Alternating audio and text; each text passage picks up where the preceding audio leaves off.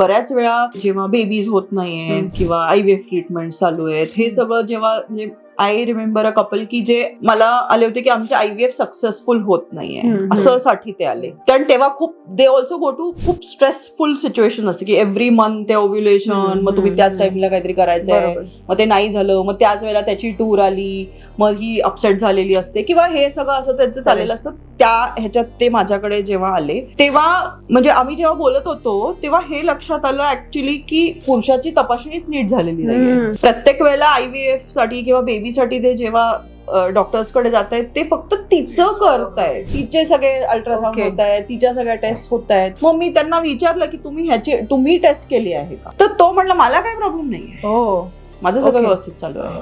आणि मग जेव्हा द मोमेंट ती म्हणली की अहो असं तिने हे केलं, तर त्यांनी तिचा हात दाबला की बोलू नको. म्हणजे त्यांना थेरपी सेशन मध्ये येऊन सुद्धा त्याला बोलायचं नव्हतं की त्याचा इश्यू आहे. म्हणजे ज्या गोष्टीसाठी हेल्प घ्यायला जात आहे तुम्ही तो प्रॉब्लेमच नीट सांगत नाही.